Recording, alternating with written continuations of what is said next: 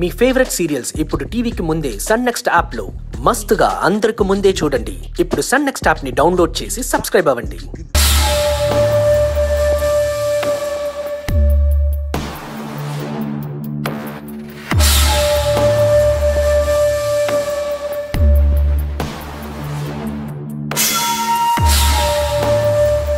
రామ్ కుమార్ గారు, మీరు పని చేయాలి. చెప్పండి. ఇది మీ నిబద్ధతకు బాధ్యతకు పరీక్ష. ఏం చేయాలో చెప్పండి సార్. శివగామి మాకింకా 20 కోట్ల అప్పు ఉంది కదా, ఆ అప్పుకి సంబంధించి శిశిర ఒక నిర్ణయం తీసుకుంది. ఆ అప్పు గురించి ఆలోచించొద్దని శిశిర గారు చెప్పారా? అదేమన్నా 100-200 అంత ఈజీగా వదిలేయడానికి? 20 కోట్లు. ఇప్పుడు నన్ను ఏం చేయమంటారు సార్? దీన్ని తీసుకుని వెళ్ళి నీ ప్రియమైన మాజీ బాస్కివ్వు. ఏంటి సార్ ఇది? Lawyer notice. Sir, yes, Sivagami మాకింకా 20 కోట్ల అప్పుంది, అది తీర్చాలని లాయర్ నోటీస్. కానీ ఎక్కడ దానికి లీగల్ ఆధారాలు లేవు కదా సార్. తమరు చెప్పిన పని చేసి పెట్టండి చాలు. కానీ సార్, అది నీకు కష్టంగా ఉంటే చెప్పు, దీన్ని వేరే వాళ్ళ ద్వారా పంపిస్తాను. అప్పుడు సీన్ ఇంకా దరిద్రంగా ఉంటుంది. సరే సరే, నేనే ఇస్తాను. మీ మేడంకి విషయం వివరించి మ్యాటర్ చాలా సీరియస్ అని, ఆదికి గాని శిశిరకు కానీ ఈ విషయంలో పట్టు విడుపు లేదని, ఖచ్చితంగా ఈ డబ్బు ఇచ్చి తీరాలని చెప్పు. పాపం మేడంని ఇప్పటికే చాలా ఇబ్బంది పెడుతున్నారు సార్. నా పని అయ్యేంత వరకు ఇబ్బంది పెడుతూనే ఉంటాను. అర్థమైందా?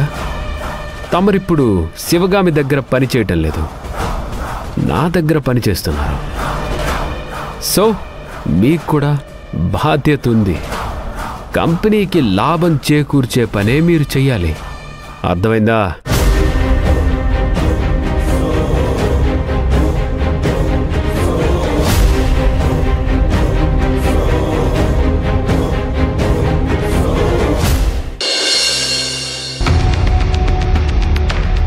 ఏంటి రామ్ కుమార్ గారు, ఏమైంది?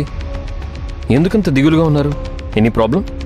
అనుకోకుండా వచ్చే ప్రాబ్లం అయితే ఏమైనా చేయొచ్చు, కానీ ఇది కావాలని క్రియేట్ చేస్తున్న ప్రాబ్లం సార్.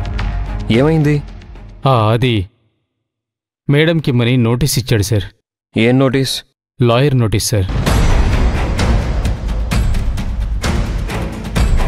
ఎందుకు? మన దగ్గర ఇంకేముందని ఈ నోటీసు? శిశిర గారికి ఇవ్వాల్సిన డబ్బు కన్నా 20 కోట్లు తక్కువ ఇచ్చారని, ఆ డబ్బులు చెల్లించాలని నోటీస్ ఇచ్చాడు. బాగుంది. అసలు ఎందుకు చెల్లించాలి? దానికి ప్రామాణికం ఏంటి? ఆస్తుల విలువకి శిశిరకి రావాల్సిన దానికి పొంతన ఏముంది?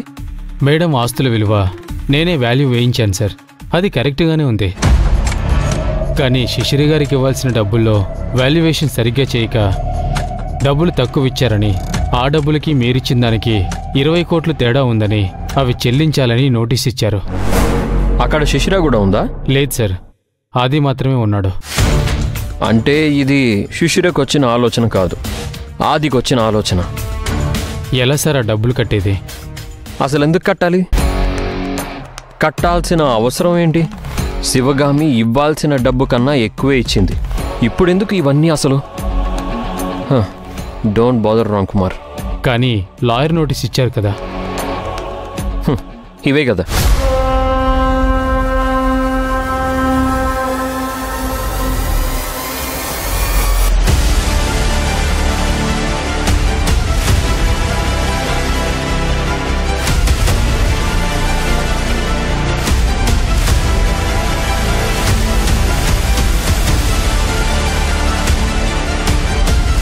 సార్, ప్రాబ్లం ఏం కాదా?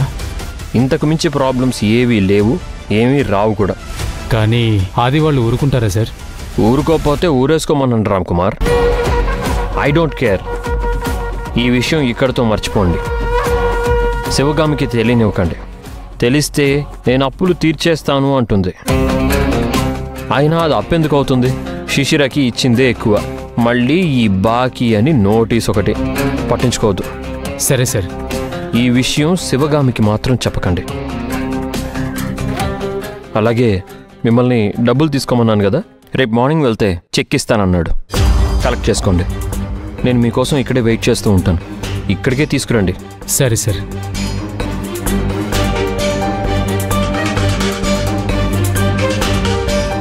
గుడితో పాటు లింగాన్ని కూడా మింగుదాం అనుకుంటున్నారు.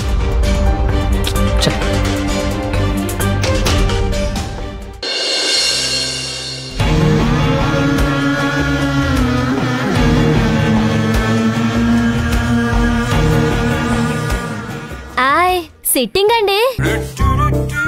ఏంటి బాయ్ ఏమంటుంది? నాకు మాత్రం అర్థమై చచ్చిందా? ప్లీజ్ సిట్టింగ్ అండి. హాయ్. ఓ కూర్చోమంటుంది. కూర్చోండి. వాటర్ బ్రింగింగ్ అండి. నో బ్రింగింగ్, కాలింగ్ ఆది. నో కాలింగ్ అండి. హీ బిజీయింగ్ అండి. నో బిజీయింగ్, కాలింగ్ ఆది. బాయ్ ఆమె మాట్లాడినట్టు నువ్వెందుకు మాట్లాడుతున్నావు? మామూలుగా చెప్పొచ్చు కదా. యాంటోనీ, నీకు కొన్ని తెలీదు.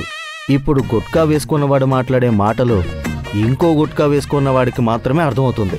ఒక మూగవాడి మాట ఇంకో మూగవాడికి మాత్రమే అర్థమవుతుంది. అలాగే ఇలా మాట్లాడే వాళ్ళతో ఇలాగే మాట్లాడాలి. వాట్ సేయింగ్ అండి? Not saying, talking. టాకింగ్. మీరు నాట్ అండర్స్టాండింగ్ అండి. Hi. Me understanding this bringing ఆది. బాయ్ ఆగు. నువ్వు వెళ్ళి ఆది బాయ్కి మేము వచ్చామని చెప్పు. మీరు హూ అండి? గుణ Antony. You Guna, you Antony? కాదు కాదు కాదు, నేను ఆంటోనీ, ఇతను గుణ. ఓ గుణ ఆంటోనీ. నైసింగ్ అండి. మీరు ఫ్రెండ్షిప్గా అండి? ఓయ్ అవన్నీ నీకెందుకు? వెళ్ళి చెప్పింది చెయ్యి. తల తింటున్నావు. ఎక్కడి నుంచి పట్టుకొచ్చారు ఈ జీవాన్ని? Who knowing. ఆదిబాయ్ పనులు ఇలాగే ఉంటాయి. నన్నేదో తిట్టుకుంటున్నట్టున్నావు. అదేం లేదు ఆదిబాయ్. సరే, ఇంతకీ మన కరీంనగర్ వెంచర్ పనులన్నీ ఎంతవరకు వచ్చాయి? అవన్నీ పూర్తయిపోయాయి బాయ్.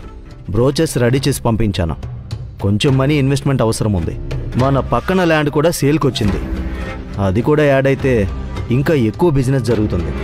మన వెంచర్ వాల్యూ కూడా పెరుగుతుంది. ఎంత అవసరపడచ్చు? 8 ఎకరాల బిట్టు, దాదాపు 25 కోట్లు చెప్తున్నారు. అయితే ఎకరం ధర 3 కోట్లు. అవును. అంత లిక్విడ్ క్యాష్ నా దగ్గర లేదు కదా. ఆ శివగామి ఆస్తి మొత్తం మీ చేతిలోకి వచ్చింది కదా. అంతా శిశిర హ్యాండ్ ఓవర్లోనే ఉంది. సరే, నేనేదో ఒక ఏర్పాటు చేస్తాను. శిశిరని మార్చి 25 కోట్లు మన ల్యాండ్కి వెంచర్ కోసం డైవర్ట్ చేయాలి. అంటే ఏం చేద్దామని?